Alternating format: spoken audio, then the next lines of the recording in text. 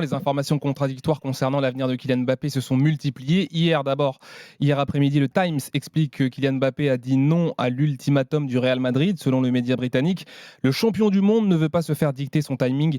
Le quotidien explique qu'il est intéressé par d'autres opportunités, notamment en Première Ligue. Dans le même temps, le quotidien espagnol Marca assure que le Real Madrid n'est pas dans l'urgence et que la vie du club ne tourne pas autour du capitaine des Bleus.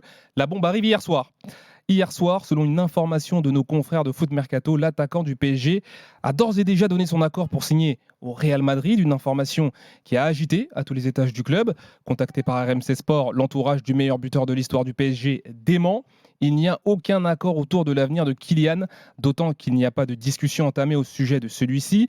Aucun type d'influence ne pourrait d'ailleurs dicter le timing de discussion, réflexion ou décision de Kylian. Fin de citation.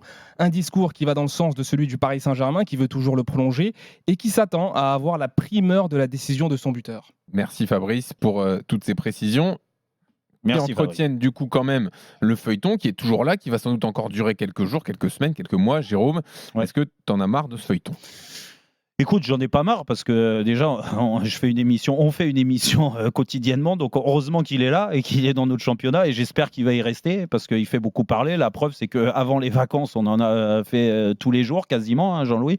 Et là, on recommence l'année à parler de Kylian Mbappé. C'est normal. On parle d'un des meilleurs joueurs du monde. On parle de la tête d'affiche de l'équipe de France, du capitaine de l'équipe de France. Il n'est pas capitaine du PSG, mais c'est tout comme un projet qui tourne autour de lui. Donc c'est normal. Il arrive en fin de contrat, ce qui est quand même incroyable pour un joueur de son envergure. Donc ça va faire des débats et encore des débats dans les semaines qui arrivent, tant qu'il n'aura pas pris cette décision-là et qu'il ne l'aura pas annoncé. Moi, je l'ai dit et je le redis, ça ne me dérange pas d'en parler. Tout ce que je peux savoir, et je vais dans la continuité de ce que disait Fabrice, c'est que la décision, il la prendra, à mon avis, assez vite. Il la prendra pas au mois d'avril, par exemple, tu vois. Donc, il arrivera à communiquer d'une certaine façon. Alors, est-ce que s'il part, il pourra communiquer comme ça en disant, voilà, j'ai décidé de partir, alors qu'il va y avoir un match aller-retour contre la Real Sociedad? Ça serait peut-être pas intelligent de le faire comme ça. Mais en tout cas, je reste persuadé que le club aura la primeur, comme tu l'as dit Fabrice, de sa décision, que le club doit aussi se construire avec ou sans Kylian Mbappé. Alors je dis pas qu'aujourd'hui il doit absolument donner une réponse parce qu'ils ont le temps de s'organiser, mais il faudra pas attendre le mois d'avril ou le mois de mai. Un joueur de cette envergure-là, déjà tu le remplaces pas comme ça facilement, et que s'il décide de partir, eh ben oui, il va falloir le remplacer numériquement, peut-être par un ou deux joueurs, et ça, c'est pas au dernier moment, au mois de mai, que tu te mets sur des grands joueurs. Donc, la seule problématique, elle est là. Après, il l'a dit, et là, je vais dans son sens, il a parlé après le Trophée des Champions, et il a dit très clairement qu'il n'avait pas pris sa décision encore, que le club était au courant, et que pour l'instant, toutes les tensions se sont apaisées.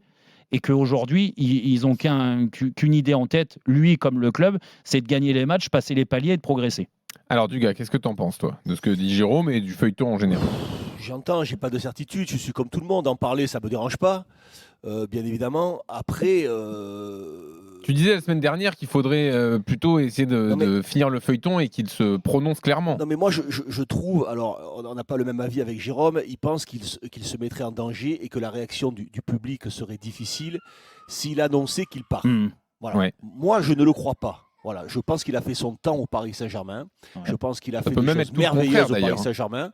On parlait du meilleur buteur de l'histoire du PSG. Qu'on aime ou qu'on n'aime pas Mbappé, j'ai l'impression que sur le terrain, il n'a pas triché. Il a donné tout ce qu'il avait à donner. Il aurait pu donner plus, à mon avis, encore plus, tellement il est incroyable. C'est un joueur remarquable, donc on en attend toujours plus. Il n'a pas réussi pour l'instant à atteindre l'objectif qui s'était fixé en venant au Paris Saint-Germain, mais il a fait beaucoup. Voilà, il a apporté beaucoup de plaisir, beaucoup de bonheur. Dire aujourd'hui, sans être fixé sur son avenir, où il va aller, dire, voilà, je ne resterai pas au Paris Saint-Germain, le dire le plus tôt possible, moi je trouverais ça élégant. Jérôme ne le pense pas. Moi, je trouve que ça serait une forme d'élégance et une forme de maturité. Et ça, sincèrement, je pense qu'il le sait. Je pense qu'il sait qu'il ne restera pas. Ouais, mais tu lui demandes du gars quelque chose qui ne s'est jamais fait. Hein. Pourquoi? Jamais un joueur comme ça, à 6 mois de la fin de son contrat, a annoncé je vais aller là et puis on va essayer d'atteindre les objectifs. Non, j'ai pas dit je vais aller là. Non, t'as pas compris ce qu'il dit. Non, je vais partir. Qui disent pas où il va. Voilà, parce que moi en plus je tire une chose, l'attitude du Real Madrid m'agace profondément. Donc je comprends aussi l'enjeu pour ce garçon. Il a abandonné de l'argent pour éviter de partir libre du Paris Saint-Germain. Ça sera le cas, mais c'est comme il a abandonné de l'argent, on va dire. Oui, il abandonne des primes. Voilà, il abandonne des primes. Donc c'est comme s'il y avait un transfert qui s'est réalisé. Mais je trouve que le Real Madrid, il faut un petit peu trop les malins. Donc je pense qu'à un moment ou l'autre, le Real Madrid, s'ils veulent Mbappé, il va falloir qu'ils mettent la main au portefeuille. Et là, je les entends à droite à gauche nous expliquer qu'ils ne sont pas prêts à casser leur tirelire, que le Real Madrid n'attend pas après Mbappé. Je trouve qu'il se la raconte un peu. Que Mbappé doit faire le premier pas. Voilà, les dirigeants du Real. Donc, après, le transfert au Real Madrid se résume pas juste à l'aspect financier, sinon il reste au Paris Saint-Germain. Que lui doit jouer sa carte aussi financière, moi je la trouve totalement logique. Après qu'il explique plus tard que peut-être ça sera Liverpool, peut-être Manchester, peut-être ci, peut-être ça fait partie des négociations qu'il peut y avoir pour essayer d'en avoir le plus possible. Je pars là dans les jours qui viennent. Voilà, moi je voudrais qu'ils disent voilà, je reste. Rien ne l'empêche de prendre cette décision. Rien. Pour moi, absolument rien. Et je trouve que ça serait élégant. Et si Jérôme, moi je pense pas que ce soit le cas, mais Jérôme explique que ça ne s'est jamais fait.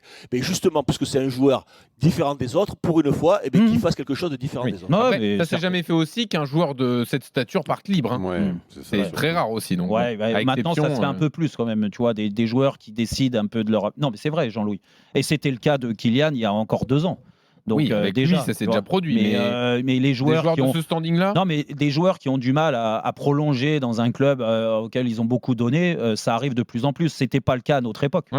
Alors Eric, qu'est-ce que tu en penses? Que tu en as marre de ce feuilleton? Écoute, oui, marre parce que le problème c'est qu'on n'a pas beaucoup d'infos, ou on a des infos compte-gouttes, ou on a des infos contradictoires. Et moi, commenter des non-événements, j'ai du mal. On l'a fait il y a 2 ans, c'était particulièrement lassant parce que on faisait souvent le même débat et il nous arrivait même de dire l'inverse de ce qu'on avait dit parce que des fois on ne s'en souvient plus, comme on est tous un peu zinzin là.